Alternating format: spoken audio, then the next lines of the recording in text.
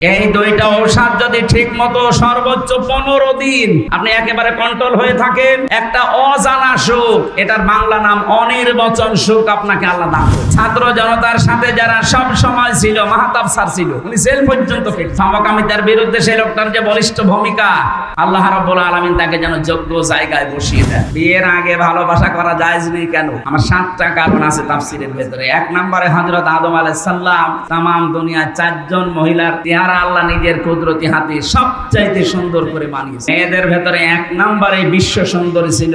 2 নম্বরে যে মহিলার নাম বল, বিজ্ঞান জানিয়েছে কথা বলার সময় মানুষের এই কণ্ঠ থেকে 27টা ধাক্কা লাগে, 27টা স্তর পার করার পরে একটা কথা তৈরি হয়। এটা যদি আল্লাহ না করে দিতে, কিয়ামত পর্যন্ত আপনি কথাই বলতে পারতেন না, শুধু গা গো শব্দ হইতো। আর হাদিস বলছে প্রত্যেকটা স্তরে একটা করে ফেরেশতা বসে আছে, এ ওর কাছে ও ওর কাছে, এভাবে একটার সাথে আরেকটা কানেক্টেড করা, এর হাত থেকে এর হাতে, এর হাতে এর হাতে, এভাবে যেতে যেতে 27 নম্বর জায়গায় যে এই মুখের গর্তের ভেতর দিয়ে আল্লাহ কথাটা বের করে দিচ্ছে। আমি এই আয়াতটা নিয়ে, আল্লামাহুল বায়ান নিয়ে চিন্তা ভাবনা করে দেখেছি, মানুষ যে মাস্তানি করে, একে যদি আল্লাহ হাজী সেলিমের মতো বানিয়ে দিত, কথা বলতে পারে।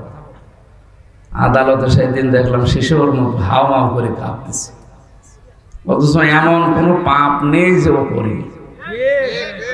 সে বড় পাপ বলেন, মাঝারি পাপ বলেন, ছোট পাপ বলেন, দুনিয়ায় এমন কোনো গুনাহ নেই যে ওর জীবনে নেই। আল্লাহ জবানটা বন্ধ করে দিয়েছে, কথা তো এখন বলতে পারে না, নৌকা বলতে গিয়ে হৌকা বলে ফেলে। এই যে বিশাল একটা শাস্তি দিয়ে দিল আল্লাহ। কাইফা তাকফুরুনা বিল্লাহি ওয়া কুনতুম আমওয়াতান, এই আয়াতটা নাজিল হয়েছে সূরা বাকারা 27 নম্বর আয়াতে। আল্লাহ তাআলা বলেন, মানুষ নাফরমানি করে আমার সাথে, কিভাবে করে? এ কি মৃত ছিল না? এ তো অস্তিত্বই ছিল না। আমার এখন 33 বছর বয়স, আমি 34 বছর আগে উল্লেখ করার মতো কিছু ছিলাম? কথা বলে না। হামজা এরকম কোন নামে আমি 34 বছর আগে আমার বংশে ছিলাম না। হালাতা আলাল ইনসানি হাইনুম মিনাদ দাহরি লাম ইয়াকুন শাইআম মাযকুরা, মানুষের জীবনে কি এমন সময় যায়নি যে যখন উল্লেখ করব যে এ রুবে, এ হামজা, এরকম কিছু ছিলই নেই, থেকে এই অস্তিত্ব দিয়েছেন। ধীরে ধীরে পূর্ণতায় পৌঁছে আজ হামজা বানিয়ে, রুবেল বানিয়ে এখানে বসিয়ে রেখেছেন। কে বলেন তো? আল্লাহ এই জন্য কাইফা দিয়েছেন, কাইফা তাকফুরুনা বিল্লাহ। মানুষ আমার সাথে কুফরি করে, আমারে মানতে চায় না, কি করে? আমারও বিশ্বাস হয়। কাইফা শব্দ বালাগাত মানতিকের কায়দায় ব্যবহার করা হয় যখন কোনো কিছু বিশ্বাসে আসে না। বলেন তো, আল্লাহ নিজে বলছেন যে আমারও বিশ্বাস হয় যে ও আমার কথা মানবে না, আমার সাথে নাফরমানি করবে, এটা আমারও বিশ্বাস হয়। কি করে করে? ও তো জমাট বাঁধা একটা রক্ত ছিল, ওখান থেকে আমি পেট থেকে আবর্ষণ করে দিতে পারতাম। অ্যাবর্ষণ করে দিতে পারতেন না? আমার মা বাবা কি ওই সময় খুব দোয়া করেছিলেন যে না, এটা যেন কিছু না হয়? কিছুই করেনি। ওনারা শুধু বেছানায় ছিল, এতটুকুই শেষ। বাকি যা করার কে করেছে? না, আমাদের যিনি পালিয়ে গেছে উনি করেছে। কিছু করলেই তো উনি করতেন। মা হাতের মোবাইল বলছে, মোবাইল কে দিয়েছে? আমি দিয়েছি। এটা কথা হইল? মোবাইলটা কিনলাম আমার বাবার টাকা দিয়ে, বলছে মোবাইল কে দিয়েছে? আমার মনে হয় কয়েকদিন পরে এই কথা বলতো যে কথা যে বলতে পারছেন, কে দিয়েছে? আমি দিয়েছি। এই কথা বলার শক্তি কে দিয়েছে? ওই আল্লাহর জন্য বলেন আলহামদুলিল্লাহ।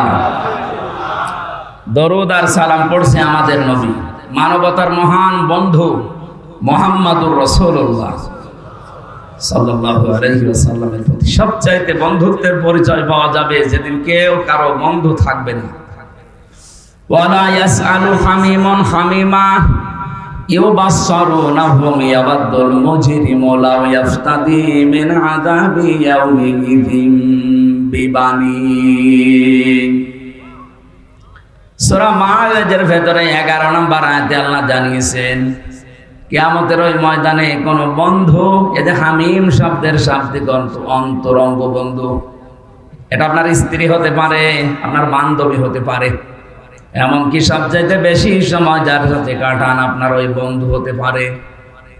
এই বন্ধু কিয়ামতের দিন আপনার কথা জিজ্ঞাসাও করবে না, আর যদি জিজ্ঞাসাও করে আল্লাহ পাকের কাছে মুক্তিপণ হিসাবে আপনাকেও বলবে আল্লাহ এই বন্ধুকেও দিয়ে দিলাম। বলেন নাউজুবিল্লাহ।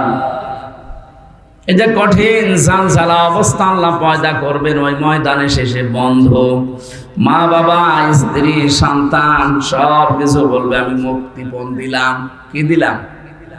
এই যে লাউ ইফতাদি, ফিদিয়া দিলাম, মুক্তিপণ দিয়ে দিলাম।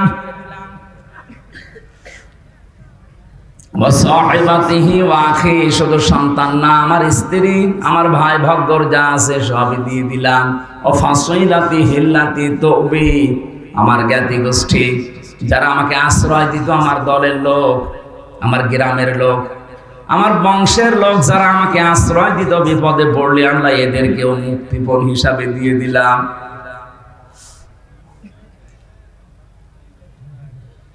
অমান ফিল আরদে জামিয়া, দুনিয়া যা আমার ছিল স্থায়ী অস্থায়ী সব দিলাম।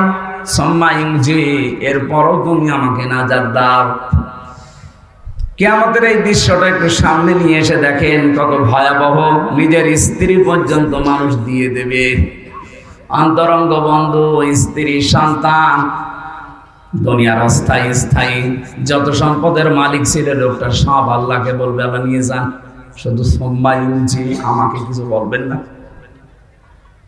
হযরত ঈসা নবীর মতো এত বড় পাওয়ারফুল নবী পর্যন্ত বলবে রব্বুল আলামিন আমার মা মরিয়মের সাথে তোমার যা ভালো লাগে তুমি করো, যে আচরণ তোমার করা লাগে তুমি সব করো, আমার মাকে আমি ছেড়ে দিলাম, কিন্তু আমার কিছু বলবো না।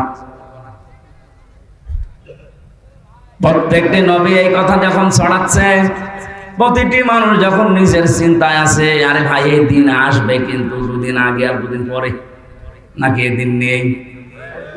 অবশ্যই আসবে। ইন্নাকা জামিউন নাস লা রাইবা ফীহি ইন্নাল্লাহা লা ইউখলিফুল মিআদ। কোরআনে কারীম জানাচ্ছে অবশ্যই মানুষদেরকে এক জায়গায় জমা করা হবে, এ ব্যাপারে কোনো সন্দেহ নেই। লা রাইবা ফী, কোরআনের খাতিরে আল্লাহ যেমন দিয়েছেন যালিকাল কিতাবু লা রাইবা ফী, কোরআনে কোনো সন্দেহ নেই। কিয়ামতের কথা বলার সঙ্গে সঙ্গে আল্লাহ বলেন লা রাইবা ফী, কোরআনে সন্দেহ নেই, কিয়ামতেও, কিয়ামতে কোনো সন্দেহ নেই।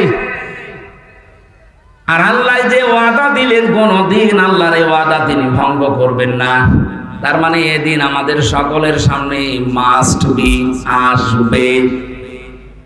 দৃশ্যটা আপনি সামনে নিয়ে এসে বলেন তো, চোখ বন্ধ করে এরকম একটা জায়গায় আছেন যেখানে বউ পালিয়ে যাচ্ছে, যেখানে ছেলে মেয়ে পালিয়ে যাচ্ছে, দলের লোক সব পালাচ্ছে আর পালাবে। এটা দুনিয়ার হিসাবে আপনি একটু দেখেন। এখানে আমরা যারা আছি যত বড় মাপের লোক হই, 200 বছর পরে যদি এই নামোজা গ্রামে এসে বলে 2 তলা বাড়ি আমার, ওর দাঁত মুখ খুলে ফেলবে কি? অথচ ওইগুলো সব আত্মীয় স্বজন, মাত্র 200 বছর পার হয়ে গেছে। যদি আপনার ছবিও থাকে 200 বছর পরে যে এইটা আপনার পরদাদার ছবি ছিল, তাও আপনার নাতির নাতির নাতিরা মানবেন না, ও আসলে জমি ভাগ নেবে। এক কথা বলছিলেন আপনি, এসে দেখেন তো দুনিয়ায় আল্লাহ পাক বলেন এমন একটা কঠিন মুহূর্তে কেউ কখন যারা প্রশ্ন করছে না, কারো সম্পর্কে জিজ্ঞাসাও করছে না, হঠাৎ করে একটা আওয়াজ আসবে, রব্বি হাবলি ইয়া উম্মতি। হে আল্লাহ, আমি কিন্তু বলি না যে তুমি আমার মাকে বাঁচাও, বাবাকে বাঁচাও, আমার মেয়ে ফাতেমাকে বাঁচাও, হাসান হোসাইনকে বাঁচাও না। তিনি বলবে আল্লাহ আমার উম্মতকে বাঁচাও। সবার নজর ওইদিকে যাবে, কে গো এই কথা বলে এত বড় বিপদে? যার সিগনেচার ছাড়া আপনি জান্নাতের গেটে যেতে পারবেন না, তিনি।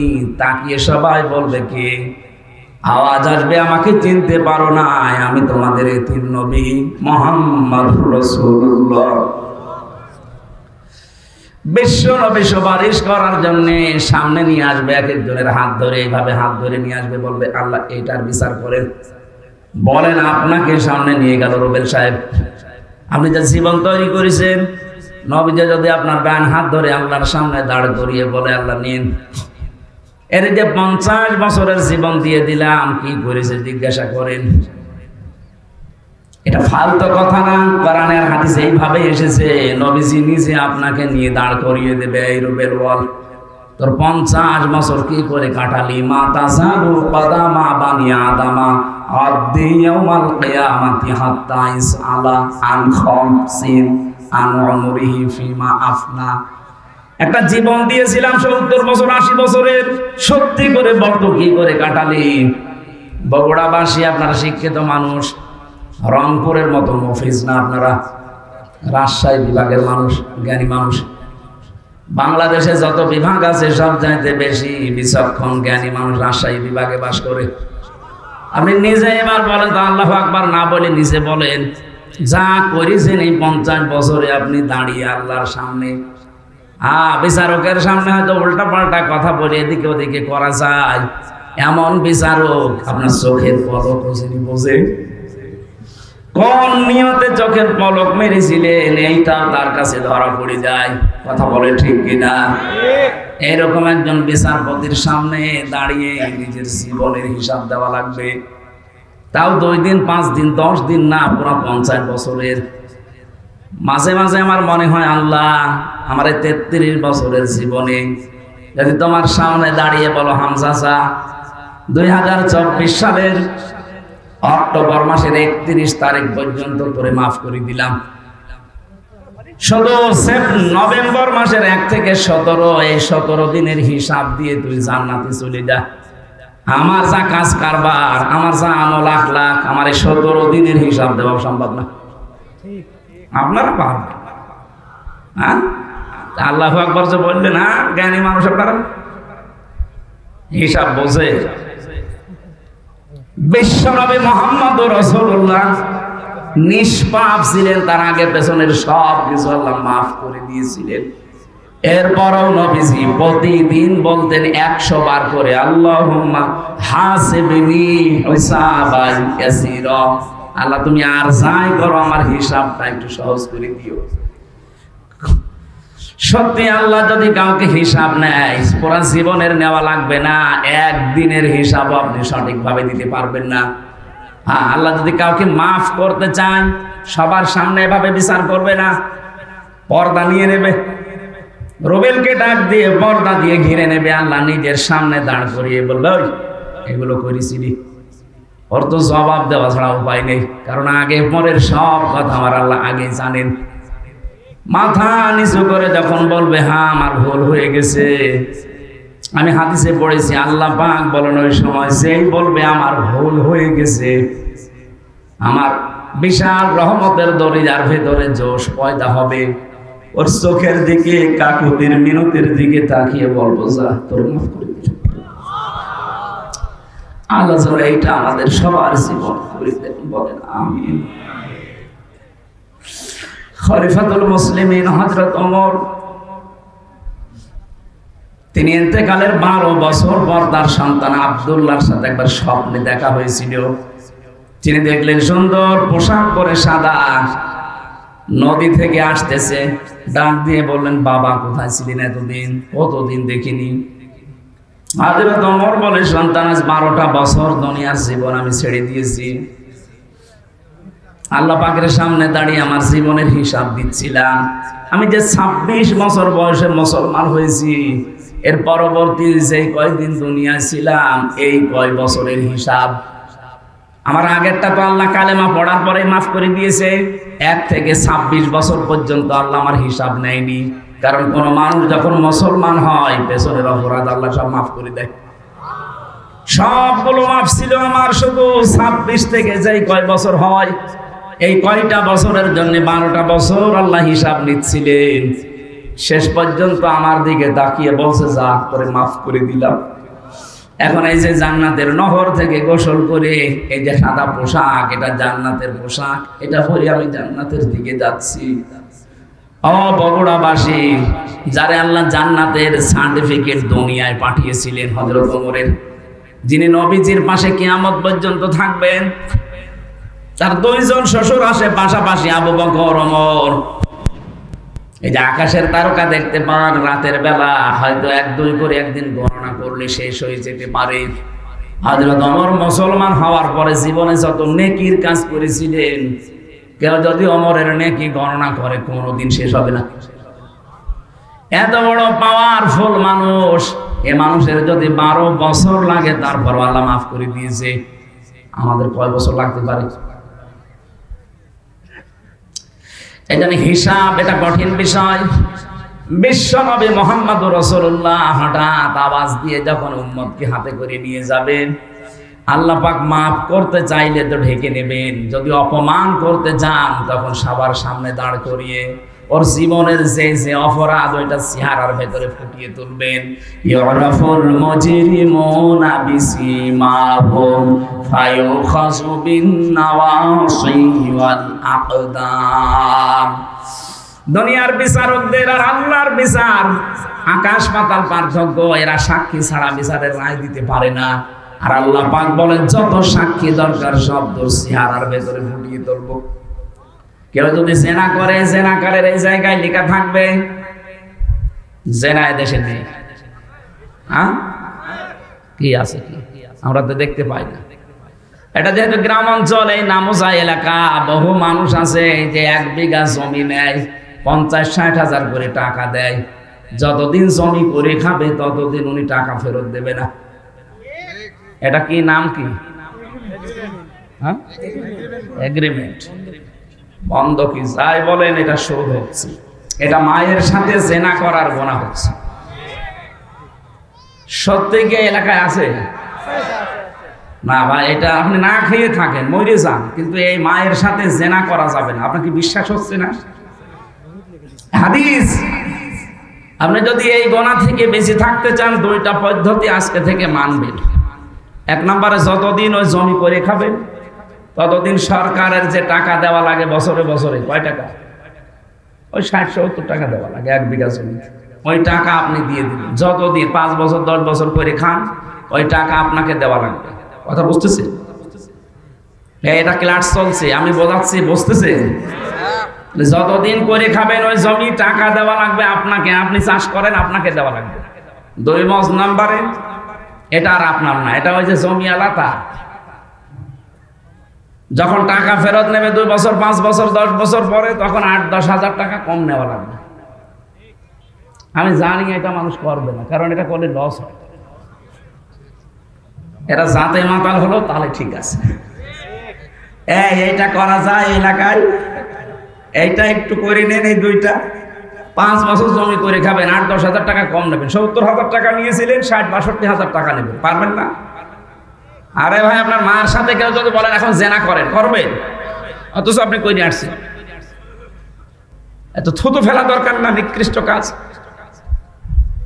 এমনকি অনেকে এলাকায়, আমি জানি না বগুড়া শুরু হয়েছে কিনা, এই টাকা ছেড়ে রাখে 1000 করে, প্রতি মাসে মাসে 100 টাকা করে, বেশি নাই।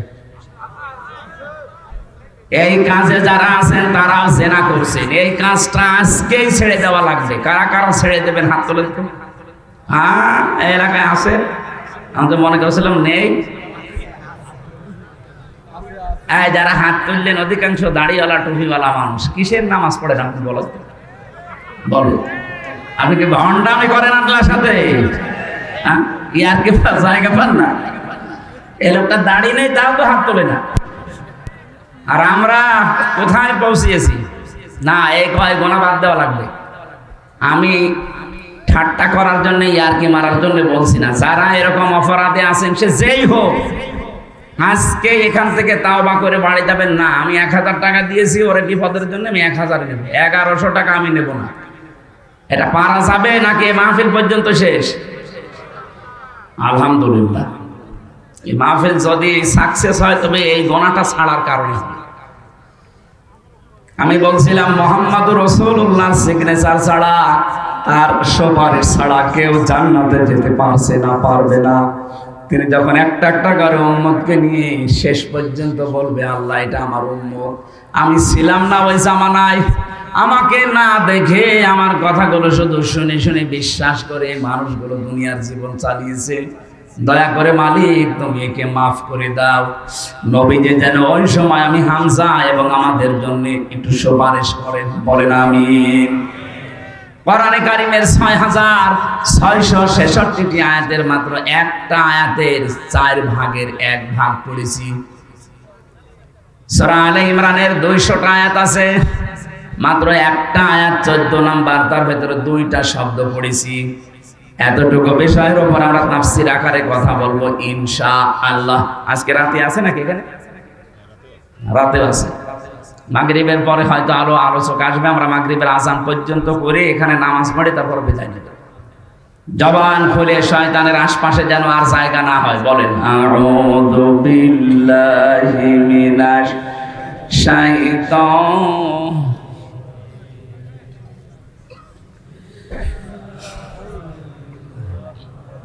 সরিয়ে দিন। زين للناس حب الشهوات من النساء والبنين। আল্লাহ পাক বলেন, আমি আকর্ষণীয় করে দিয়েছি, সুশোভিত করে দিয়েছি, লোভনীয় করে দিয়েছি দুনিয়ার ভেতরে 7টা জিনিসকে। এটা মানুষ যারা, তাদের সবার প্রতি, তামাম দুনিয়ার জন্য আল্লাহ এই আয়াতটা দিয়েছে। সবার কাছে আকর্ষণীয় লোভনীয় বস্তু এই 7টা।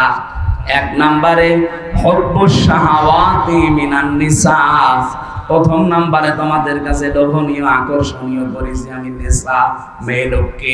কাকে? আরো জোরে বলেন। ইয়াদের তাফসীর পড়তে গিয়ে দেখেছি তামাম দুনিয়ার ভেতরে যত কিছু আল্লাহ বানিয়েছেন, বিশ্বনবী জানালেন আমার ইন্তেকালের আগে এই দুনিয়ায় আমার উম্মতের জন্য সবচাইতে ভয়ঙ্কর এবং ফিতনার জিনিস হিসাবে আমি যা রেখে গেলাম তার ভেতরে একটা মহিলা আর একটা জমি জায়গা। আপনি দেখেন আদালতের দিকে অধিকাংশ মামলা হয় জমি জায়গা নয় মহিলা সংক্রান্ত। কথা বলেন না কেন? যেহেতু এটা লোভনীয়, এজন্য এখানে একটা পরীক্ষা। এই পরীক্ষায় যদি উত্তীর্ণ হতে চান 2টা ঔষধ আজকে থেকে অ্যাপ্লাই করবেন। এই ঔষধ আমি বানাবো এখন গাছগাছলা দিয়ে না, এরা ডিস্টার্ব করে দিচ্ছে। এই সমস্যা কেদের? আপনি এখানে না বসলে দাঁড়িয়ে থাকেন, কিন্তু কথা শোনা লাগবে। কি আসছে?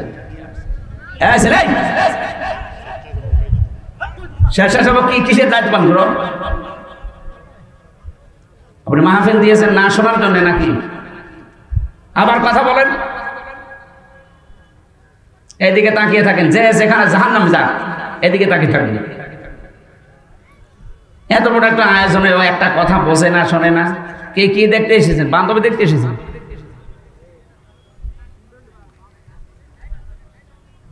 আবার কথা বলেন কোন কারণে? আমার মনে হয় এই জেলাটাও রংপুর বিভাগে দিয়ে দেওয়া দরকার। ছাতা যেমন মফিজ,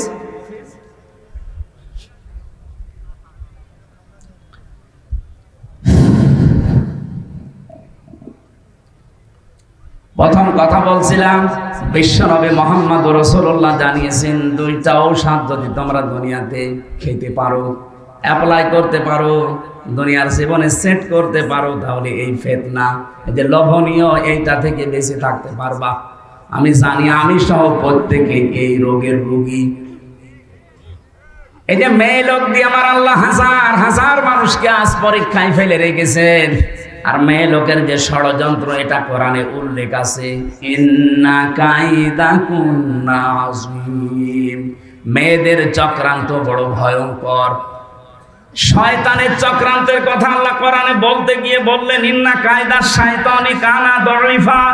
শয়তানের চক্রান্ত একেবারে দুর্বল, শুধু দুর্বল না, একেবারেই দুর্বল, দাঈফ আর দাঈফা। কিন্তু যেখানে মহিলাদের কথা আল্লাহ কোরআনে নিয়ে আসলেন, সেখানেই বললেন, এই আয়াতটা কিন্তু ইউসুফ নবী আলাইহিস সালামের জামানার। ওই যে জুলাইখা আজার ষড়যন্ত্র করে ইউসুফ নবীকে জেনার তহমত পর্যন্ত নেওয়া লেগেছিল, সেই আয়াত সূরা ইউসুফের ভেতরে 28 নম্বর আয়াতে আছে, ইন্না কাইদাকুন্না আযীম। এখানে যারা আরবি গ্রামার জানে কিনা জানি না, যদি আলেম কেউ থাকে দেখবেন ইন্না কাইদাকুন্না আছে, আল্লাহ বহু বচন দিলেন। অথচ আয়াত নাজিল হচ্ছে জুলেখার জন্য। জুলেখা কয়জন বলেন বলেন? এক বচন, দুই বচন, এরপরে দুইয়ের বেশি হলে হয় বহু বচন। আল্লাহ একবারে দুই বচন বাদ দিয়ে বহু বচন লাগিয়ে দিলেন কোন কারণে? জুলাইখা তো আর 10-12 জন না, কয়জন? আল্লাহ ভালো করে জানে জুলাইখা শুধু এটা না, কিয়ামত পর্যন্ত এরকম দুর্বিসন্ধিওয়ালা জুলাইখা দুনিয়ায় আসবে। কথা বলেন না কেন? আমার মনে হয় তার ভেতরে আমাদের দেশে একটা পরিচিত কি দুর্বিসন্ধি দেখিস। 15টা বছর কি কায়দা কৌশল করে চলে গেল। আমার মনে হচ্ছিল মানুষ পিটিয়ে মারবে, কিন্তু কি কায়দা করে পালিয়ে চলে গেছে। মেয়েদের চক্রান্ত বড় ভয়ঙ্কর। ও যদি কাউকে টার্গেট নেয় ওই পরিবার পর্যন্ত ধ্বংস হয়ে যায়। আজ 100টার প্রায় 98টা পরিবারে শান্তি নেই। অধিকাংশ, আমি যতটুকু জানি, তার স্ত্রীর কারণে। অধিকাংশ মহিলা দেখবেন নিজের আত্মীয় স্বজন, বাবা মামা চাচা এগুলো আসলে খুব আনন্দে আছে, আর স্বামীর মা বাবা তার নিজের পক্ষ থেকে যদি কেউ আসে ওর অটোমেটিক মন খারাপ হয়ে যায়। মানুষ আমি নিজে স্বামী, এই যে কোরআন শরীফ আমার সামনে, যখন স্বামী বসে আছে জিজ্ঞাসা করেন মানুষ হিসাবে, মানুষের একটা দুর্বল জায়গা আছে। মানুষ হিসাবে প্রত্যেকটা মানুষ যদি কেউ কোনো স্ত্রী চায় যে আমার স্বামীকে আমি 100 ভাগ খুশি রাখবো, তাহলে আমার মা বাবার সাথে আপনার ভালো ব্যবহার করা লাগবে। তাছাড়া জীবনও আপনি আমার মন পাবেন না। উপরে উপরে হয়তো আপনাকে সংসার করার জন্য সোনা মধু বিভিন্ন জিনিস বলা লাগে, তো মন পাবেন না যদি আমার মা বাবা আপনার মা বাবার মতো সম্মান না পায়। এই কথা বলছেন না? যারা স্বামী আছে এটা মনে হচ্ছে না? 100টার 98টা এটা চাচ্ছে না। এই জন্য তো পরিবারে শান্তি নেই। নারী নির্যাতন কিছু হলে আগে মামলা হয়ে যায়, আর পুরুষ নির্যাতনে যে আমরা মরে যাচ্ছি, কোনো মামলা নেই। এই আইন পাস করা দরকার সামনে। পুরুষ নির্যাতনেরও আইন আছে। কত মানুষ আমরা রোগী হয়ে গেছি, কিছু বলতে পারছি না। তাই যে মহিলার ভেতরে পাওয়া যাবে, ওই মহিলাকে আল্লাহ জান্নাতের 8টা দরজা খুলে রাখবে। সেখানে নামাজের কথা নেই, রোজার কথা নেই। আপনি দেখেন, আমি বলছি একটা একটা করে। ইদা নাজারা ইলাইহা সাররাতুহু, বিশ্বনবী বলেন যে মহিলার দিকে তার স্বামী বাইরের কর্মজীবন শেষ করে বাড়িতে আসার পরে স্বামীকে সে আনন্দ চিত্রে অভ্যর্থনা জানাবে। অভ্যর্থনা জানানোর দরকার, তোর মুখের ভেতরে তাকানো যায় না। সম্মানিত মা বোন যারা এসেছেন, আমি দেখলাম বহু মহিলা সব কালো বোরকা পরে পরে ঘুরতেছে। শুধু নামাজ পড়া রোজা করা কালো বোরকা পরে ঘুরলে আপনি মনে করছেন আপনি জান্নাতি? কখনো না। স্বামী যখন বাইরে থেকে আসবে, হ্যাঁ, অনেকে মনে করছে আমার স্বামী নেই তাহলে আমার প্রেমিকা। না, ওইটা আবার বাদ। আপনার ভালোবাসা তৈরি হবে বিয়ের পর। কখন? কেন এটা বললাম বলেন তো? বিয়ের আগে ভালোবাসা করা জায়েজ নেই কেন? আমার 7টা কারণ আছে তাফসীরের ভেতরে। 1 নম্বরে হযরত আদম আলাইহিস সালাম, তাকে আল্লাহ যখন জান্নাতের বিশাল নিয়ামতের ভেতরে নিমজ্জিত রেখেছেন, তার কিচ্ছু ভাল লাগছিল না। এত নিয়ামত, কিন্তু না, চোখ বন্ধ হয়ে গেছে, ঘুম এসে গেছে। ঘুম থেকে উঠে দেখছে একটা মহিলা পাশে। তিনি তাকালেন এবং ধরতে গেলেন, কারণ এমন সুন্দর করে আল্লাহ তাকে বানিয়েছিলেন। তামাম দুনিয়ায় 4 জন মহিলার চেহারা আল্লাহ নিজের কুদরতি হাতে সবচাইতে সুন্দর করে বানিয়েছে। ইউসুফ নবীকে দেখলে মানুষের ক্ষুধা মিটে যেত। আমাদের মুহাম্মদ রাসূলুল্লাহকে দেখলে মানুষের শরীরের ব্যথা পর্যন্ত দূর হয়ে যেত, এমন চেহারা আল্লাহ দিয়েছে। পুরুষের ভেতরে 2 জন, আর মেয়েদের ভেতরে 1 নম্বরে বিশ্ব সুন্দরী ছিল আমাদের আদি মাতা হযরত হাওয়া আলাইহিস সালাম। 2 নম্বরে যে মহিলার নাম বললাম জুলাইখা, এটা ছিল খুব সুন্দর ছিল। 3 নম্বরে হযরত ইব্রাহিম নবীর বড় স্ত্রী সারা রাদিয়াল্লাহু তাআলা আনহা। 4 নম্বরে মুহাম্মদ রাসূলুল্লাহ ছোট মেয়ে হযরত ফাতেমাতুজ জাহরা রাদিয়াল্লাহু তাআলা আনহা। তাহলে 1 নম্বরে যিনি আছেন কেমন সুন্দর করে বানিয়েছে বলেন। হযরত আদম ঘুম থেকে উঠে তাকালেন এবং ধরতে গেলেন। আল্লাহ বলেন তাকানো যাবে না, ধরা যাবে না। হযরত আদম ওই সময় বলেছিলেন মাবুদ তাকানো যাবে, ধরাও যাবে, সেই বুদ্ধি দেন। বুদ্ধি আছে, বিয়ে করা লাগবে, আচ্ছা আমি রাজি আছি। তার মানে এই আয়াতের যে তাফসিরে পড়েছি, আপনি বিয়ের আগে মহিলার দিকে ওইভাবে তাকাতেও পারবেন না, ধরতেও পারবেন না। এখন অনেকে আল্লাহর রাস্তায় কাজ চালাচ্ছে না। কেউ কেউ কসম দেওয়ার জায়গা পায় না, প্রেমিকার মাথায় হাত দিয়ে বলছে তোর মাথায় হাত দিয়ে কসম করলাম, তোর মাথায় হাত দিয়ে গোনার কাজ না, জয় কয়টা চুলের উপরে হাত লাগবে ওই কয়টা গুনাহ হবে। এই কথা বলছে না কেন? প্রেম করা যায় যাচ্ছে বিয়ের আগে না পরে? যারা বিয়ের আগে প্রেম করছে এটা ছেড়ে দেওয়া লাগবে। কার জন্য বলেন তো? আল্লাহর জন্য। ছেড়ে দেবেন কারা কারা? হাত তোলেন তো। এই বুড়ো মানুষ আবার কিসের প্রেম আপনার? যুবক মানুষ হয়তো হাত তুলতে পারবে একটা, মুরব্বী মানুষের প্রেম হবে তাদের সাথে, ঠিক আছে? আমরা যে কথাটা মাসলা নিয়ে আসলাম, তাহলে প্রেম করা যায় আছে কিন্তু বিয়ের আগে না পরে? না, বিয়ের পরে। হযরত আদম আলাইহিস সালাম, আমি ঘটনাটা আনলাম এই কারণে, হযরতে আদম নবী আলাইহিস সালাম বললেন আমি রাজি আছি। আল্লাহ পাক বলেন এক কাজ করো, দেন মোহর দেওয়া লাগবে। তার মানে বিয়ের প্রথম যে কাজ দেন মোহরের কথাবার্তা আনা। আমাদের এসব নেই, কারণ দেন মোহর তো দেওয়া লাগে না, বাকি ফাঁকি। যারা এই নিয়তে বিয়ে করেছেন যে 10 লাখ বানাবো, অসুবিধা নেই, ও দেওয়া তো লাগবে না, বাসরাতে মাপ চেয়ে নেবো। আপনি জেনাকার হয়ে উঠবেন কিয়ামতে। যারা বাকি আছে দুনিয়ায় জীবিত থাকতে শোধ করে যান। আমার ভাইরা, বিশ্ব নবী জানিয়েছেন মেয়েটা যখন আসবে, যখন এই আসবে বাড়িতে আপনার স্বামী, সঙ্গে সঙ্গে আপনি স্বামীকে খুশি করার জন্য যেভাবে হোক ব্যবহার আচার দিয়ে, কথাবার্তা দিয়ে, দরকার সাজসজ করে রাখবেন। কারণ স্বামীকে আকৃষ্ট করার জন্য কেউ যদি সাজে, সে যেন নফল নামাজের সওয়াব পায়। এটা তো 1 নাম্বার গেল। দ্বিতীয় নম্বরে ওয়াইদা বাবা আনহা হাফিজাতুহুম, স্বামী যখন বাইরে থাকবে তখন নিজের ইজ্জত আবরু, সতীত্ব, স্বামীর সন্তান, স্বামীর সম্পদ, এগুলো হেফাজত করে রাখা লাগবে। 3 নম্বর ওয়া তুইনু আলা দীনি যাওজাতিহা, স্বামীকে দ্বীনের পথে চলার জন্য, মানবতার সেবা করার জন্য সময় দেবেন, ছাড় দেবেন, উৎসাহ দেবেন। এই যে রুবেল সাহেবের স্ত্রী, উনি একটা মানবতার সেবাকারী মানুষ, মানব সেবায় নিয়োজিত থাকে, দ্বীন ইসলামের কাজ করবে সারা দেশে, সারা এলাকায়। ওনার স্ত্রী হওয়া লাগবে এরকম নিজে তো করবে। যান, আপনাকে সময় ছেড়ে দিলাম, আপনাকে আমি ছাড় দিলাম, যদি ওই সময়টা আমার কাছে আপনার দেওয়ার দরকার, মানবতার জন্য, ইসলামের জন্য আমি ছেড়ে দিলাম। উৎসাহ যদি দিতে পারে, ওনাকে খাদিজাতুল কুবরার সাথে ওই মেয়েটাকে আল্লাহ জান্নাতে ডাকবেন। আর যদি আরো নিষেধ করে কি করে বেড়াও তুমি, না তোমার বউ নেই বাড়ি, আপনার তো আছে, আপনার চাইতে নবীজির বউ ছিল না? হযরতে খাদিজাতুল কুবরা সারাটা জীবন তিনি দেখতেন স্বামী যতদিন বাড়িতে না আসে, মানবতার কাজ, ইসলামের কাজ প্রচার করা, দিন কায়েম করা, এই কাজের জন্য বাইরে থাকা লাগে। যখনই বাড়িতে আসতেন দেখতেন হযরতে খাদিজা জানালার সাথে, দরজার সাথে পিঠ লাগিয়ে দাঁড়িয়ে ঘুমিয়ে আছে।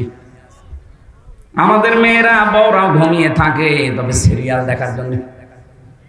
কি কথা বলবেন? আপনি যদি সত্যি স্বামী মানব দরদি, মানবতার কাজে বাইরে আছে, ইসলামের কাজে, দ্বীনের কাজে হয়তো সাহায্যের জন্য বাইরে গেছে, যত রাত আসে না তত রাত পর্যন্ত যদি আশায় থাকেন, আপনি খাদিজার মতো সওয়াব পাবেন। 4 নাম্বারটাই কঠিন। 4 নাম্বারটা কি? বিশ্বনবী জানিয়েছেন স্বামী যেটা পছন্দ করে ওটা যদি জায়েজ হয়, জীবন থাকতে তোমাকে ওটা মেনে নেওয়া লাগবে। কি কথা বুঝতেছেন? আমি তো নিজে বললাম, আমি নিজে স্বামী, যত স্বামী এখানে আছে প্রত্যেকটি স্বামীর পক্ষ থেকে আমি বলছি, মা বোনেরা, আমরা স্বামীরা পছন্দ করি সত্যি আল্লাহর কসম যে বিয়ের পরে যেন আমার মা বাবা আমার সাথে থাকে। আমি খেয়ে থাকি না খেয়ে থাকি, থাকবে তারা। কথা বলছে না কেন? আপনি চান না, আপনার কারণে আজ মা বাবাকে হয়তো আলাদা করে দেওয়া লাগে, নাই বাইরে পাঠিয়ে দেওয়া লাগে, নাই বৃদ্ধাশ্রমে দেওয়া লাগে। কয়েকদিন আগে কিশোরগঞ্জ থানায় গিয়েছিলাম, নীলফামারী একটা বৃদ্ধাশ্রমে আমার নিয়ে গেল। দেখি এই লাইনে প্রায় 20-40 জন মা আর বাবা বসে আছে, অথচ তাদের ছেলে মেয়ে আছে। তাদের স্ত্রীর কারণে ছেলে তার মাকে আর বাবাকে রেখে গেছে বৃদ্ধাশ্রমে। ওদের চোখের দিকে তাকিয়ে আমি টের পেয়েছি ওরা ছেলের জন্য বদদোয়া করছে। কি করবে? 25 বছর 30 বছর পর্যন্ত আমার পেছনে শ্রম দিল এই মা বাবা। আজ 2 দিন তুমি আসতে পারো না, তুমি কার ফোস মতো শোনো, কার কথা মতো? হ্যাঁ, ওই মেয়েটারও দোষ একা না, ওই মেয়েটাকে শুধু কান পড়া দেন, ওই মেয়েটার মা আর ওর বড় বোন, ওখান থেকে শুধু পানি পড়া লাগায়। ওই আর কতদিন একসাথে থাকবে? আলাদা হয়ে যা, ও বড়ি চলে। সম্মানিত মা বোনেরা, না অন্যের কথা শুনে নিজের কপালে আপনি আগুন লাগাবেন না। আমি হাদিস তো বানালাম না, এই হাদিস আমি বানালাম। এখানে নেককার মহিলা যদি হতে জানে 4টা গুণ মাস্ট বি অর্জন করাই লাগবে আপনাকে, নয়তো খাদিজার সাথে আপনাকে জান্নাত ডাকবে না। যদি 4টা গুণ অর্জন করতে পারেন। আরে নামাজের ওয়াজ আমি কেন করব? নামাজ মুসলমান নামাজ পড়ে না, ও কি মুসলমান থাকে? মাস্ট বি আপনাকে ওই যে 3 দিন 7 দিন 10 দিন বাদ দিয়ে বাকি মাস আপনাকে নামাজ পড়াই লাগবে। আপনি মুসলমান দাবি করছেন, নামাজ পড়েন না, থেকে আপনাকে ওয়াজ করা লাগবে কোন কারণে? মুসলমানের কাছে যদি নামাজের ওয়াজ করা লাগে, রোজার ওয়াজ করা লাগে, তা আমি এই ওয়াজ আর বাইরে কোন জায়গায় করি? এই জন্য আমি নামাজের কথা মুসলমানকে বলি না। কোন কারণে আমি বলবো? আপনি যা, আমিও তাই। আমি নামাজ পড়বো, আমার কষ্ট হচ্ছে, আপনি মুসলমান নামাজ পড়েন না। কিসের মুসলমান আপনি? কেউ যদি ফরজ নামাজ ছেড়ে দেয়, আল্লাহ বলেন ওর দায়িত্ব আমি ছেড়ে দিই, যা। শেখ হাসিনা যদি এই দেশে কাউকে বলতো, যাই বেটা তোর কিসের ভয়, তুই তো আমার চোখের সামনে আছিস, অথচ আছে উনি ঢাকায়। এ বগুড়া জেলার আওয়ামী লীগের যিনি সভাপতি ছিলেন মরহুম মমতাজ উদ্দিন, লোকটা মারা গেছে না? এই লোকটাকে যদি বলতো, মমতাজ চাচা আপনার কোনো ভয় নেই, আপনি তো আমার চোখের সামনে। বগুড়ায় হয়তো বিএনপি জামাতের লোক বেশি থাক, আওয়ামী লীগ নেই, তাতে কি? আমরা ক্ষমতায় আছি, আপনি আমার চোখের সামনে। আপনি চোখের সামনে ছিল বলেন? এই 220 কিলো দূরে এসে বসে আছে, অথচ বলছে আমি চোখের সামনে। এই ঠেলাইয়ের যে ভাব, এত দূর থেকে একটা প্রধানমন্ত্রী যদি বলতো আমার চোখের সামনে চাচা আপনার ভয় নেই, তাই যদি সব ভয় উড়ে যায়। আল্লাহ বলেন যে লোকটা নামাজ পড়ে সে আমার আন্ডারে থাকে, যে নামাজ পড়ে না আমি বলি তুই আমার বাইরে চলে যা। বলেন আপনি কার আন্ডারে আছেন? আপনি আল্লাহর আন্ডারে না থাকতে পারলে আপনাকে নিরাপত্তা কেউ দিতে পারবে না। এই জন্য ফরজ নামাজের জন্য ওয়াজ করা, এটা আমার কাছে কেমন মনে হয়। আপনি ফরজ নামাজ মাস্ট বি যেখানে থাকে, অন্তত সুন্নত নফল যদি নাও পড়তে পারেন, ফরজ 2 রাকাত পড়ে নেবেন। অত বুঝতেছেন? রমজানে 1 বছর পরে মাত্র রোজা আসে, 1 বছর পরে। যদি শরীর সুস্থ থাকে মাস্ট বি রাখা লাগবে, অসুস্থ থাকলে আপনি পরবর্তী 11 মাসে করে দেবেন, অসুবিধা নেই। আল্লাহ আমাদেরকে যেন এই ফরজ বিধানগুলো একটু অ্যাক্টিভ হওয়ার তৌফিক দেন, বলেন আমিন। যে কথাটা তুলেছিলাম, আল্লাহ রাব্বুল আলামিন যেহেতু আমাদেরকে ঔষধ দিচ্ছেন এইবার এই ফিতনা থেকে, মেয়েদের ফিতনা থেকে বাঁচার জন্য 2টা ঔষধ দিয়েছেন সূরা নূরের ভেতরে 30 নম্বর আয়াত। এটা 12 নম্বর পৃষ্ঠা আর 7 নম্বর লাইনে আছে। কুল্লিল মুমিনিনা ইয়াগুদ্দু মিন আবসারিহিম ওয়া ইয়াহফাযু ফুরুজাহুম যালিকা আযকা লাহুম ইন্নাল্লাহা খাবীরুম বিমা ইয়াসনাউন। বলেন আল্লাহু আকবার। আল্লাহ রাব্বুল আলামিন বলেন, নবী আপনি দুনিয়ার মানুষকে বলেন, যারা মুমিন, যারা বলে যে আল্লাহ একজন আছে, হে রাসূল আপনাকে আমরা মানি, এই যে বিশ্বাস যাদের আছে এই মানুষগুলোকে বলেন। আমরা মানি না আল্লাহকে? আল্লাহ একজন আছে, বিশ্বাস আমাদের আছে না? নবীজি আমাদের আদর্শ মানুষ এই দুনিয়ায়, এটা আমরা মানি না? কিয়ামতে আমাকে আল্লাহর সামনে বিচারের কাঠগড়ায় দাঁড়াতে হবে, বিশ্বাস আছে না? এই 3টি গুণে গুণান্বিত যারা, তাদেরকে বলবেন তাদের চক্ষু যেন পরনারী থেকে তারা নিম্নগামী করে রাখে। আর তাদের লজ্জা স্থান যেন তারা হেফাজত করে। এই দুইটা ঔষধ যদি তোমার উম্মতেরা মেনে চলতে পারে, আমি বলছি যালিকা আযকা লাহুম, এইটাই তাদেরকে পবিত্র রাখবে। সুতরাং মেয়েদের এই চক্রান্ত এখন যা শুরু হয়েছে, এই যে ফারুকের আজকে ওর বউ কেন মজিবের স্ত্রীর চরিত্রে কেন অভিনয় করতে গেল। দ্বিতীয় নম্বরে সমকামিতা, ও প্রমোট করতো যে পুরুষে পুরুষে বিয়ে হোক। 3 নম্বরে ও একটা সিনেমা বানিয়েছিল থার্ড পার্সন সিঙ্গুলার নাম্বার। আপনারা তো এসব জগতে নেই, আপনারা আল্লাহর ওলি মানুষ নাকি? আমি উপন্যাস পড়েছিলাম ভার্সিটি থাকতে, third person singular number, bachelor, এগুলো দিয়ে পরবর্তীতে ফারুকি সিনেমা বানিয়েছে। এখানে এই পরকীয়া প্রেম উৎসাহ দেয়, কি করে পরকীয়া প্রেম করা যায়। আপনি কি নাউজুবিল্লাহ বলবেন না সুবহানাল্লাহ? আমি প্রায় 8-10টা কমেন্ট পড়লাম, সবাই তাকে জানাচ্ছে ভাই আপনার স্ত্রীকে আপনি একটু কন্ট্রোল করেন, তাকে একটু পর্দা পশিদায় রাখেন, দিনের পথে চলার জন্য একটু উৎসাহ দেন, আর নিজেও ইসলাম মেনে চলার চেষ্টা করেন। কারণ আপনার দুইজনই মুসলমান, আপনিও মুসলমান, আপনার নাম দেখেছেন মোস্তফা নবীর নাম, সরোয়ার নবীর নাম, ফারুকি এটা নবীর সাহাবীর নাম। এত সুন্দর সুন্দর নাম সব এক জায়গায় করে নাম নিলেন, আর এনার নাম নায়কের নাম। কথা বলে নাকি? নায়ক হয়ে যদি তাফসীর মাহফিলে আসতে পারে, আর আপনি 3টা নবীর নাম 3টা এক জায়গায় করে নাম নিয়েছেন, মোস্তফা, সরোয়ার, ফারুকি, আর আপনার বর নামও তো কত সুন্দর নাম। এই সমস্ত মানুষগুলোকে আপনি এক কাজ করেন, আপনার স্ত্রী স্বামী এখন ইসলামের দিকে ঝোঁকেন, কারণ আপনার কপালে আগুন লেগেছেই তো এই কারণে। আপনি ইসলামের বাইরে চলে যাচ্ছিলেন, এখন এদিকে আসেন, উৎসাহ দেন, একটু দিন মেনে চলেন, পরবর্তীতে যদি জাতি চায় আপনাকে আবার এই জায়গায় নিয়ে আসবে। কথাটা তো ভালো, এই কথা বলছেন না কেন? যারা এই দেশের জন্য ছাত্র জনতার সাথে যারা সব সময় ছিল, মাহতাব স্যার ছিল, উনি জেল পর্যন্ত কেটেছে। কথা বলেন না কেন? সমকামিতার বিরুদ্ধে সেই লোকটার যে বলিষ্ঠ ভূমিকা, আল্লাহ রাব্বুল আলামিন তাকে যেন যোগ্য জায়গায় বসিয়ে দেন। তা আমরা যেটা বলতে চাচ্ছিলাম এই আয়াত দিয়ে, বাস্তবতা মেয়েদেরকে বলছি, এরা যেহেতু পরীক্ষার বস্তু আজ আমাদের কাছে, হ্যাঁ কষ্ট হবে আমাদের তাদের থেকে চোখ ফিরিয়ে রাখতে, কারণ যেহেতু লোভনীয়, আকর্ষণীয়। কে বলছেন?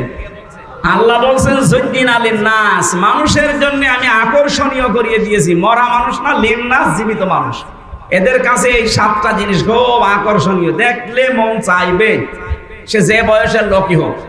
যেহেতু এই আকর্ষণ আল্লাহ তৈরি করে দিয়েছে, আবার ছেদও করে দিয়েছে আল্লাহ, যে সাবধান এখানে কিন্তু পরীক্ষা। এজন্য আমাদের সামনে পরীক্ষাটা থাকবে। এই পরীক্ষার ঔষধ এই 2টা, চক্ষু নিম্নগামী করা লাগবে, মন চাইলেও নিম্নগামী করা লাগবে। 2 নম্বরে লজ্জা স্থানটা হেফাজত করা লাগবে। আজ এইটা ঠিক নেই, যেখানে সেখানে ব্যবহার হচ্ছে। কথা বলেন না কেন? আমি নিচে নামতে পারলাম না, তাই কত জায়গায় আপনি ব্যবহার করছেন। এই 2টা ঔষধ যদি ঠিক মতো সর্বোচ্চ 15 দিন আপনি একেবারে কন্ট্রোল হয়ে থাকেন, একটা অজানা সুখ, এটার বাংলা নাম অনির্বচন সুখ, আপনাকে আল্লাহ দান করবে। এটা বাচ্চারা যখন ছোট ছোট, ওই যে পাখির বাচ্চা, মুরগির বাচ্চা যখন মায়ের পাখার নিচে আসে, মা পাখাটা এভাবে শার্ট করার পরে ডাউন করে দেয়, দেখেছেন না? এভাবে একেবারে সোজা করে দেয়, প্রথমে সোজা করার পরে ডাউন করে, ওর নিচে বাচ্চারা যায়, একটা আওয়াজ দেয় কিচির মিচির, এটাকে বাংলায় বলে অনির্বচন সুখ। আপনি আজকে থেকে এই মহিলা দেখলে যেগুলো দেখা যায় নেই, শুধুমাত্র সামনাসামনি না, মোবাইলের, কম্পিউটারে, টিভির পর্দায়, যাদের যেটা দেখলে নিজে নিজে আনন্দ লাগে আর অন্য কেউ দেখলে লজ্জা পান, এটা এখনই ডিলিট করে দিন, দেন এখনই ডিলিট করে দিন। এরকম ভিডিও যদি থাকে যে নিজে দেখলে খুব ভালো লাগছে, অন্য কেউ দেখলে আপনি লজ্জা পান, এটা কবিরা গুনাহ। এই মুহূর্তেই ডিলিট করে এই আমল শুরু করা লাগবে। পারবেন না? কারা কারা ডিলিট করবেন হাত তোলেন তো, তোলেন হাত। এই কয়েকজন শুধু উল্টাপাল্টা জিনিস দেখে, আর বাকিগুলো আলহামদুলিল্লাহ ভালো আছে।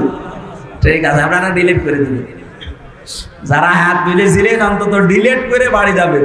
2 নম্বরে লজ্জা স্থানটা হেফাজত করে রাখবেন, নিজের জায়েজ স্ত্রী ছাড়া, আর স্ত্রী নিজের জায়েজ স্বামী ছাড়া অন্য কোনো জায়গায় যেন ব্যবহার না হয়। আজ হাজারো স্ত্রী, স্বামী শুধু বাড়ি থেকে বাইরে চলে যায়, ওরা এমন হচ্ছে আল্লাহ রাস্তায় দিন পায়। কথা বলছে না কেন? আল্লাহ মেয়েদের থেকে এই পরীক্ষায় আমাদের উত্তীর্ণ হওয়ার তৌফিক দিন। 2 নাম্বার বানিন, সন্তান। এটার প্রতি আকর্ষণ। সন্তানকে আল্লাহ পরীক্ষার বস্তু বানিয়েছেন, কিন্তু এই পরীক্ষায় আমরা যেন ফেল না হয়ে যায়। আমি রিমান্ডে একটা হিন্দু অফিসারের একটা শিক্ষা পেয়েছিলাম। আমার মনে হয় আর 2 মিনিট আছে আজানের, এখন আর বলা ঠিক হচ্ছে না। আগামীতে রাতের বেলা আমারে নিয়ে আসবেন, দিনের বেলায় মাহফিল আমার মানে সাঁটে না, আমারও ভালো লাগে না, জোর করে আপনারা নিয়ে আসেন। আর 3 বছর ভাই তো জানে জেলখানা যে খাবার দেয়, বেঁচে থাকায় দুষ্কার। আর আমরা ছিলাম তো আরো কঠিন জায়গায়। আমারে আর অপু ভাইরে তারেক জিয়া সাহেবের পিএস রে এত কষ্ট দিয়েছে শয়তানরা, এক জায়গায় রেখে দিয়েছিল 24 ঘন্টা। ওই যে সিসি ক্যামেরা, কেউ যেন কথাও না বলে, ওই উপর থেকে দেখতো। কারণ ওনার সাথে লাইন আছে তারেক জিয়া, আর আমার সাথে আলেমদের মনে করতো এ খারাপ কাজ করবে, বাইরে এর যোগাযোগ করবে। সবচাইতে বেশি আটক করে রেখেছিল গিয়াসউদ্দিন মামুন ভাইকে, এর উপর আরো অত্যাচার করেছে। আল্লাহ আমাদেরকে যেন এই আয়াতটা এখন আজকে শেষ করতে না পারার কারণে আমি দুঃখ প্রকাশ করছি। আগামীতে আসলে কথা বলবো ইনশাল্লাহ।